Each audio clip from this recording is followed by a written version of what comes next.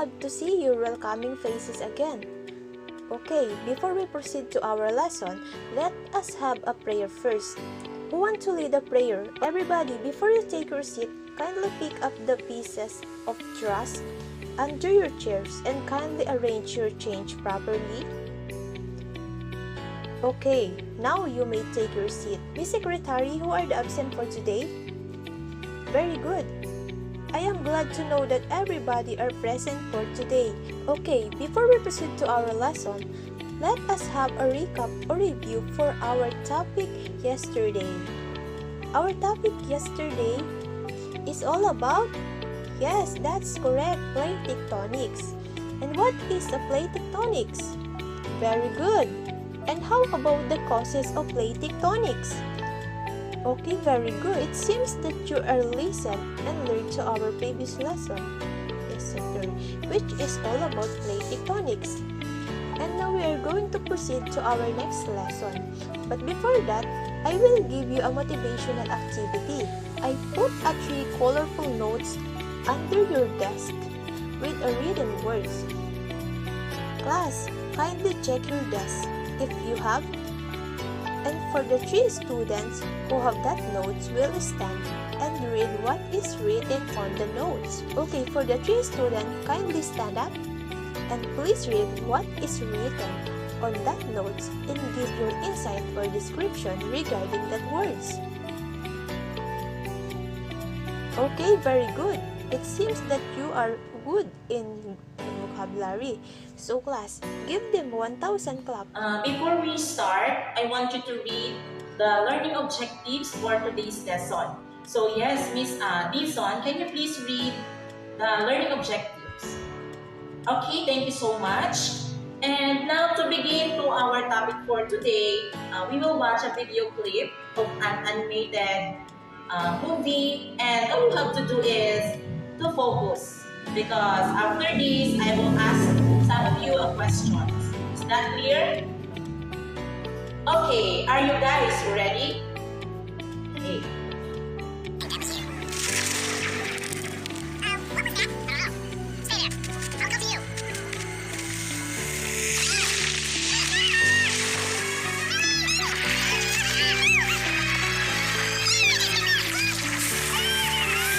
Okay, so upon watching the video clip, what have you noticed? Yes, Mr. Tita. Okay, thank you so much. And how about you, Mr. Gan? What have you noticed? Okay, yes, very good. That's a nice observation of yours, Mr. Gan. Thank you so much. And both of you are right with your observations. They are having a voyage because they are trying to go to their family because they are being separated by an earthquake. And that causes the land they are standing to move away from each other. And as you look in the title of the movie, it has something to do with a geologic process, which is the continental drift, where our lesson for today is all about. Before we start, let me ask you this question.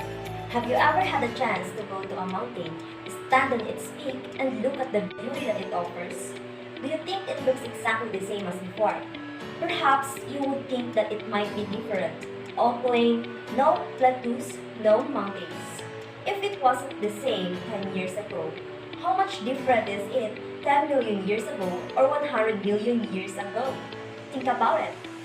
Our lesson for today is all about the continental drift theory. In 1912, Alfred Wegener, a German meteorologist, proposed a theory that about 200 million years ago, the continents were once one large landmass, and he called this landmass Pangaea. Pangaea is a Greek word which means all earth. This Pangaea break into smaller supercontinents called Laurasia and Gondwanaland during the Jurassic period. These smaller supercontinents broke into continents, and these continents separated and drifted apart since then.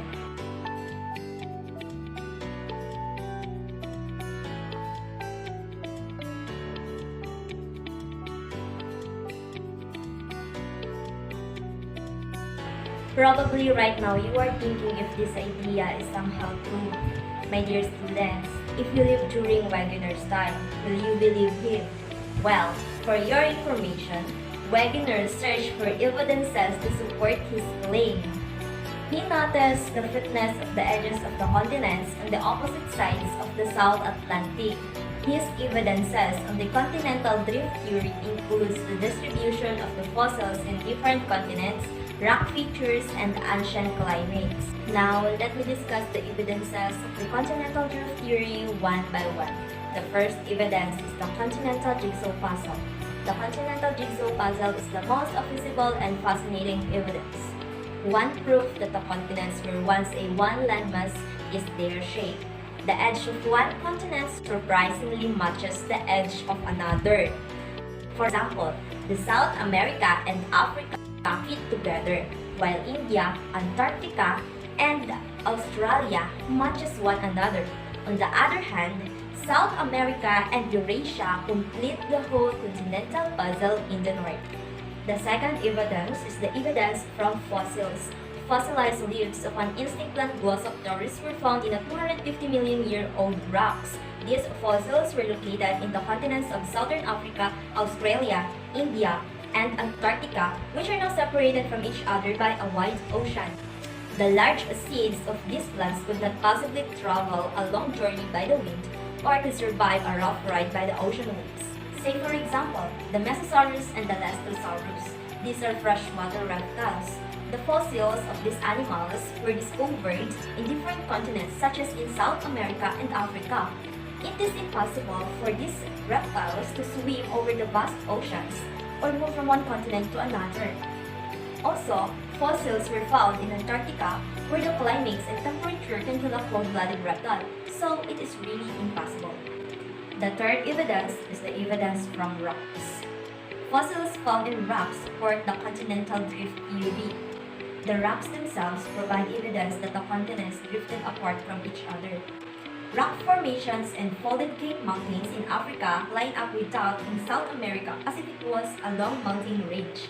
The fourth evidence is the coal deposits. Coal beds were formed from the compaction and decomposition of swamplands that lived million years ago.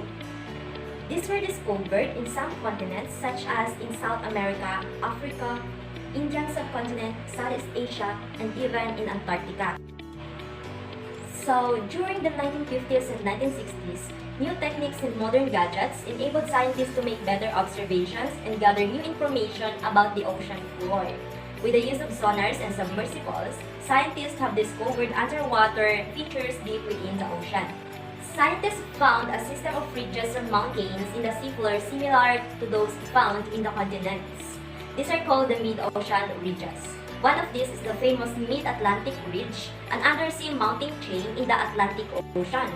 It has a gigantic cleft about 32 to 48 km long and 1.6 km deep. The ridge is offset by a fracture zone, or also called the Rift Valley. In the early 1960s, scientist Harry Hess and together with Robert Litt suggested an explanation to the continental drift. This is the seafloor spreading theory.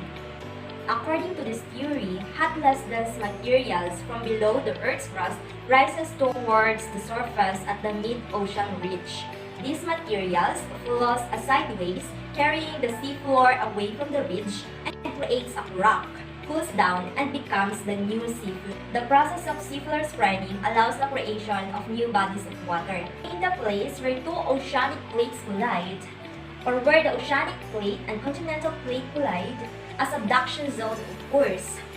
As the new seafloor is formed at the mid-ocean ridge, the old seafloor farthest from the ridge is destroyed at the subduction zone. These are the findings that support the seafloor spreading theory. First, rocks are younger at the mid-ocean ridge. Second, rocks far from the mid-ocean ridge are older. Third, sediments are thinner at the ridge. Fourth, rocks at the ocean floor are younger than those at the continents. The sixth evidence of the continental drift theory is the magnetic reversal.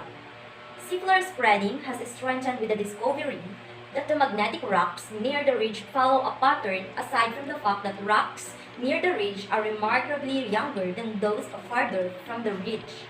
A magnetic compass tells us direction on Earth. It also proves that the Earth has a magnetic field. the needle of the Earth, which is actually the south magnetic pole at present. And now, to determine if you really understand the discussion, I will be asking you some questions. Number 1, who proposed the continental drift theory? Alfred Wegener. Correct. Number 2, what is this landmass which means all earth in Greek? Pangaea. Correct. Number 3, it is the two smaller supercontinents, Laurasia and Gondwanaland. Correct. Number 4, an evidence of continental drift theory where the continents are fit to each other and can be compared to a puzzle. The answer is the continental jigsaw puzzle. Correct. Number 5, evidence of continental drift theory where the remains of an organism can be found in two or more distant away places. Evidence from fossils. Correct. Very good, everyone. For those who got a perfect score, congratulations! So before we proceed to our short evaluation that I prepared to you, first let us have a short summary about the lesson for today. So again, what is continental drift theory? Yes. So that is correct. Continental drift theory states that the Earth has been joined together and moved away from each other at different times in Earth's history. So who proposed the continental drift theory? So that is also correct. German scientist Alfred Wegener is the one who proposed the continental drift theory. So what are the evidences of the continental drift theory? Yes? Very good, students. Is there something that you want to ask or clarify about the lessons that we have discussed? So none? So now we will move to the application. So this time you will get a clean sheet of paper and you will have an activity entitled Activity 3, What Will Happen Next? So the direction is you will write your own prediction on what will happen next if the continents continuously moved and its impact to the physical world and to the people. So I will give you 5 minutes to work on your activity. So is there any question about your activity? So none? So you may start now. So time's up. I will call a person to read his or her work in front of the class. So Miss Lingon, please share your work in front of the class. So thank you. Very good, students. It seems now that you understand the lessons for today. And with that, give yourself a round of applause. Now that we are done in our discussion for today, together with all of the activities, we will having now a short quiz. I want all of you to get a 1/4 sheet of paper. Does anyone already have a 1/4 sheet of paper? Okay, write your names in it together with your grade and section and the day today. Here are the direction. Choose the letter of the correct answer that best described by the given statement. Okay, number 1, number 2, number 3, number 4, and number 5. Okay, change your paper to your seatmates. Okay, here are the answer. Number 1 is letter C, 2 is A, 3 is D, 4 is B, and 5 is A. Okay, bring back those paper to its rightful owner. Who got 5? Okay, very good. 4. Okay, very good. 3. Okay, nice. 2. Okay, no one got 2. 1. Okay, no one. 1. How about 0? Okay, it seems that all of you already understand our discussion for today. Give yourself a round of applause. Now, here are your assignment. On a short bond paper, you're going to draw Pangaea together with Laurasia and Gondwana and have an advanced reading about our next lesson, which is plate tectonics. Here are the criteria for your drawing. 5 points for the cleanliness, 10% from the appropriateness of the illustration, and another 5 points rather to the artistry, a total of 20 points. Is there any question regarding the criteria? Okay, if there is none, please stand up. Goodbye class, thank you for your active participation for today's discussion.